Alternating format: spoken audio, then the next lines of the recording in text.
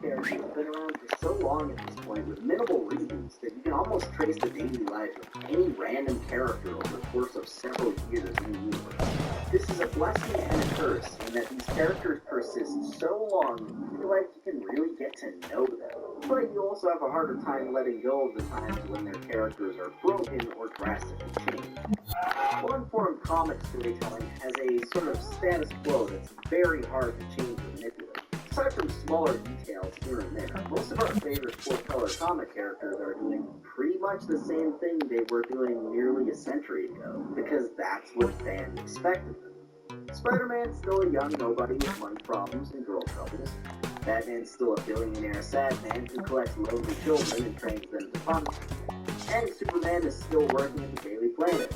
Sure, they branched off and did completely different stuff like getting married, having their secret identities go public, and dying, but it doesn't really stick because they're too popular to change. But I'm not talking about that. I'm talking about the Spider-Man villain no writer seems to know what to do. The Liz Arm, or more specifically, how the character has been narrowly frozen for nearly 60 years. Unable to make any substantial character progress like some of his counterparts. And maybe along the way we can figure out why certain comic characters have such a hard time getting any true development, and end up spinning their wheels forever with repetitive stories and arcs that never go anywhere. What is it? A lizard? Or a man? I need one of these guys.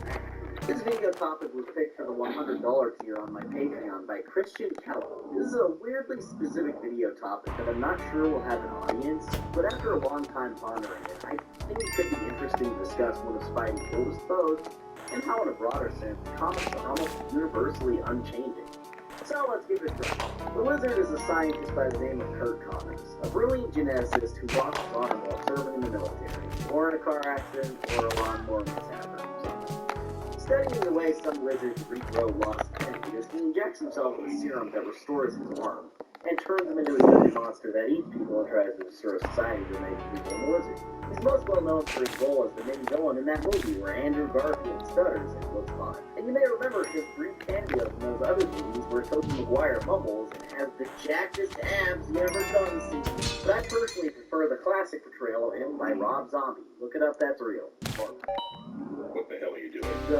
He's one of Spidey's oldest and most recognizable villains, due in no small part to the fact that every cartoon or game series takes a shot at him happening. As such, he's one of the ones that stuck around the longest because Stan and Steve were on a hot streak and just couldn't seem to come up with a bad villain at the time, creating this wave of memorable characters that people can't get enough of, except maybe Metal Strong, but whatever. His characterization over the years has remained pretty consistent, portraying him as a Jekyll and Hyde archetype. Brilliant scientist just trying to keep his life together, giant monster that wrecks shit and tries to destroy society. My biggest issue with that characterization overall is that he's just really similar to, like, he has the same conflicts and traits. He's the Hulk, he's just the Hulk. Split personality, permanent involuntary changes, damaged personal relationships, the whole 9 yards. Which is fine because that's like a cool character. He's more of a recurring side character than like the main protagonist of anything. But over the years, there's only so much you can do with that setup for a villain. First he's cured, then he's not, then his family leaves him, then they're back, then he can control it, then he can't again. Just round and round with that status quo. He never really gets anything, which is also fine because I guess life can be like that for some people. The frustration with the Lizard comes from when a good writer tries to shake things up, completely annihilates the status quo and does something really interesting, then it doesn't take. In Paul Jenkins' awesome, spectacular Spider-Man run, he made strides to really reinvent Spidey villains and try new things. He arguably created the idea that Shocker is a bumbling comic relief guy that's just down on his luck, which other writers have adopted and added to since then. He tried to fix Venom's busted-ass character motivations by giving me a better reason for Eddie hating Spider-Man, which was the suit being the only thing keeping his terminal cancer from killing him, and he had to just keep feeding the symbiote his hate so it wouldn't abandon him and let him die. That was retcon? Come on, Donnie, that was a good one! Oh, you know I can't stay mad at you, since I come in and defend me up for it. Hell, this run even had Spidey and Green Goblin sharing a calm moment or two and making a truce. Lots of new ideas for character dynamics. Paul Jenkins also took a stab at rebuilding Dr. Connors and the Lizard in A Lizard's Tale, where we find Kurt struggling to make ends meet after his wife's death due to sickness from industrial pollution in that one comic that everyone memes on for the reboot art style. It's sad that that comic looks the way it does because the story is actually pretty good if you can tolerate the art. Anyway, Doc tries to get a research grant to get his wife as a single dad back on track, but the rival scientist takes home the prize instead. Then Kurt turns into a giant scaly monster and attempts to murder him. Spidey swings in, stops him, takes him to a safe place, and for some reason Kurt knows Peter's identity. Like, this was never established anywhere. He just does. Alright, I guess. He goes on this long spiel about how hard it is being trapped in the body of a monster and not having control of himself, and how it's also somewhat freeing to just be a dumb lizard. Later in the story, Peter tells Kurt some distressing news about the press having images of Kurt transforming, though his face isn't visible. This sends Kurt into a rage where he transforms, and then, for some reason, this is played like a big reveal. The recap page for the next issue says this transformation seems deliberate, but I didn't get that vibe at all. He starts changing when he gets terrible news and passes out in a pool of water while he's so weak he can't finish saying a sentence to Peter. And then Peter's like, it was you all along. Now Lizard's character is permanently tainted. The implication now is that his mental faculties don't go away when he's the Lizard. He doesn't swap out into a separate personality. The change is purely physical, and he's been faking it the entire time. For years. He pretends to be a mindless monster with crazy plans and an insatiable bloodlust. There's a good 20 or so stories that make no sense now, but hey, his character and all of them, the cycle of repetition is over. This was an even bigger change than killing off his wife Martha. Her death had potential, but I could foresee all that changing is that now no one's there to wait in the house with Billy Connors while Spidey wrangles the beast for the rest of the time. It's one of those inconsequential character changes like Carnage getting a new symbiote from the negative zone or Vulture having cancer. It ultimately changes nothing because the situations and character motivations are generally the same. It's just a clip note of a Wikipedia article or a linkless red maniac. After being confronted with the truth that Kurt is just mentally ill and uses the Lizard as a big excuse to act out and cause chaos when he's depressed, Kurt decides to get himself locked up Michael Scofield style and stay in prison where the world's safe from his bullshit.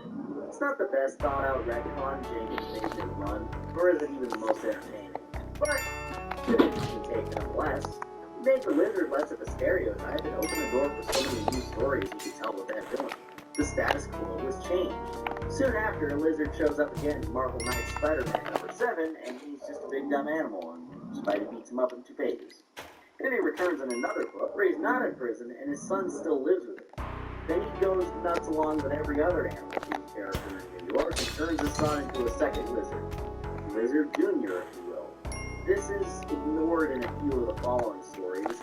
A few appearances later, his son is in a foster home, he's trying to get custody of him, and then he kidnaps him. We see inner monologues from Earth and the Lizard, who is a separate voice in his head, which officially deconfirms everything from Lizard's Tale and makes that whole story a pointless mess. But you can't say it's non-canon and didn't happen because Billy Connors was separated from his father after his criminal charges. And the Lizard has never been to jail before that because Spidey always protected his identity and brought him home after an episode. What I'm getting at here is that the Lizard is in a weird subsection of characters in terms of popularity. He's not important enough that you can't, make drastic changes to him every once in a while and do some experimental stuff, but he's too important to have those changes be permanent because the general readers all know the same basic idea of it. Sad scientist, involuntary transformation into a monster, his family is worried about him. He's not like Moon Knight, where no one cares and every run completely reinvents the character. That's going to change after the TV show comes out. But then in the same story entitled Shed, Lizard's so riled up that he kills and eats Billy Connors. This is another big moment where the character could be changed forever. Kurt Connors is so traumatized by this event that he completely recedes into his own mind. He stays in some kind of humanoid, intelligent form of the Lizard for multiple storylines. Then he's back to being Kurt again. Then his son and wife get revived as clones. but they're partially spliced with lizard DNA, and they look a little bit scaly, and they're mutant people now, and they live in the sewers. Every third or fourth appearance of the lizard, the writers do something drastic to the status quo of the characters in order to keep it interesting. But then, over those 2 or 3 appearances in the middle, it's either forgotten about or softly undone. The lizard, like many Marvel characters, is in a weird paradoxical position, where they have to keep evolving to stay relevant since casual fans do know about them. But they can't change too much or it'll alienate those casual fans and become confusing. It's like when they killed off Kraven the Hunter, only for him to be revived via magic, and then kill himself again, leaving behind a clone that's been aged to his mid-20s so he's in his prime and can just continue the legacy. He had this big important ending for the character, but now he's basically back, and it's like he never left. The lizard is stuck in an infinite loop, and I can guarantee he'll find a cure for his family in one of his appearances soon, just so they can be right back at zero again. That family is so cursed with being stuck in the same state that Billy Connors is the only kid in Spider-Man comics who hasn't aged.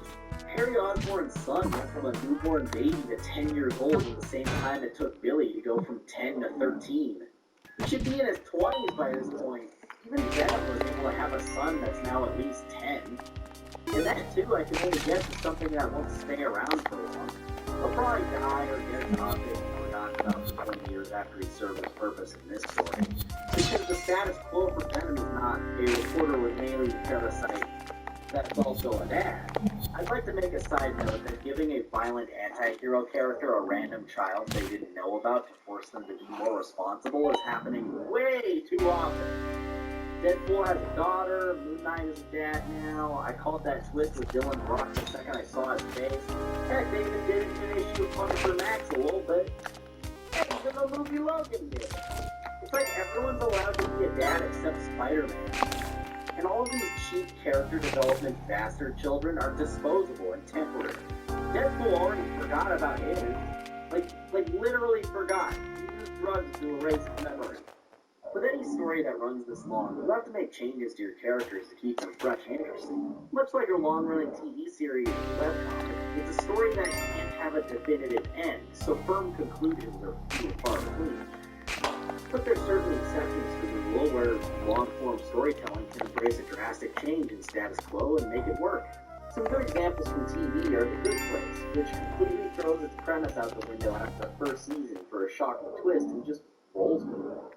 Or even that animated show Archer, where the secret agent parody was running a little thin, and the fictional agency had a really unfortunate name that real-life circumstances forced them to change, so they just take those same characters and every season throw them somewhere new and different and see what kind of action and comedy. Comics don't often do something like this, and big plot-stirring moments that alter the story are used mostly to keep the sales up instead of servicing said story. It gets readers invested when they learn that the normal, everyday life of their favorite hero or villain is about to be disrupted in a crazy way. It makes for some really great, attention-grabbing clickbait headlines, or maybe a really wacky cover for the issue that sells the But these major changes don't stay for long. They're an easily reversible gimmick.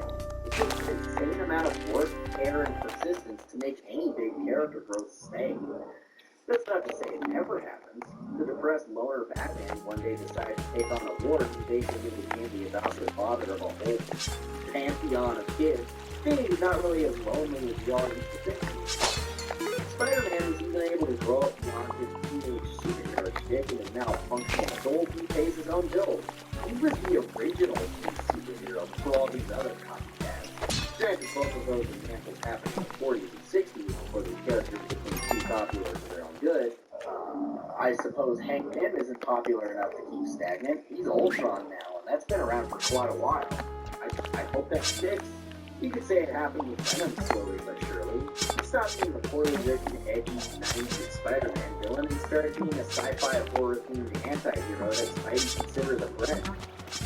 Magneto is no longer the violent terrorist supervillain that he used to be. Now the cherished ally and friend of the X-Men to honor the legacy of Professor X, who will come back to life as soon as the Marvel Studios movie comes out, and Magneto will become evil again because brand synergy. These are not how this works, but it happens sometimes. Yet, in the case of characters like the Lizard, you can't help but feel bad about how it's always the same old problems on TV, with brief intermissions of something new before it all snaps back into place. It's a special no-win scenario for creatives when you're making these characters, because you run the risk of breaking a character someone else created decades ago and stamping their ideas, or by making a change that's so permanent and airtight that the next guy feels creatively stifled that the change. If you just write whatever you want, fancy damn, it's easy to completely alienate your audience and destroy their interest in the story. If you write solely based on whatever the fans want, it turns into a shallow mess of fan service and nostalgia baiting with no clear direction. I'm not sure what solution there is here or what position to take because it's such a complicated problem. Lizard syndrome is a flaw that comes with the territory of this creative medium. Now, sometimes I see example of lizard syndrome in other art mediums, where storytellers are so pressured by massive, almost religiously devout fandoms that they have to play it incredibly safe and try to keep the series fresh by taking risks. It's a clumsy tightrope walk that you can make it across, usually leaving this middling effect where growth happens, but doesn't matter 5 minutes later. Take Star Wars, for example. They pulled a major plot twist in the second movie of this new trilogy by killing off the main villain, completely throwing out expectations of the series just rehashing the old movies. Then that twist left a very vocal set of fans feeling dissatisfied, disappointed, discouraged, and disjointed. Here we are with the sequel to Retcon Snoke and being like just a puppet. Like a literal meat puppet possessed by the fan favorite villain who's behind everything, even though that makes 0 sense. The fandom hated a major change, so the writers panicked and undid it, making the whole thing feel even less satisfying. I know a lot of people are up in arms about the Palpatine situations, but this sort of thing happens on a weekly basis if you're reading comic books. In fact, this may as well have been the ending of the Clone Saga, where they just said, yeah, Norman Osborn is behind everything, even though we killed him off decades ago. Let's wrap this up because we wrote ourselves to a book.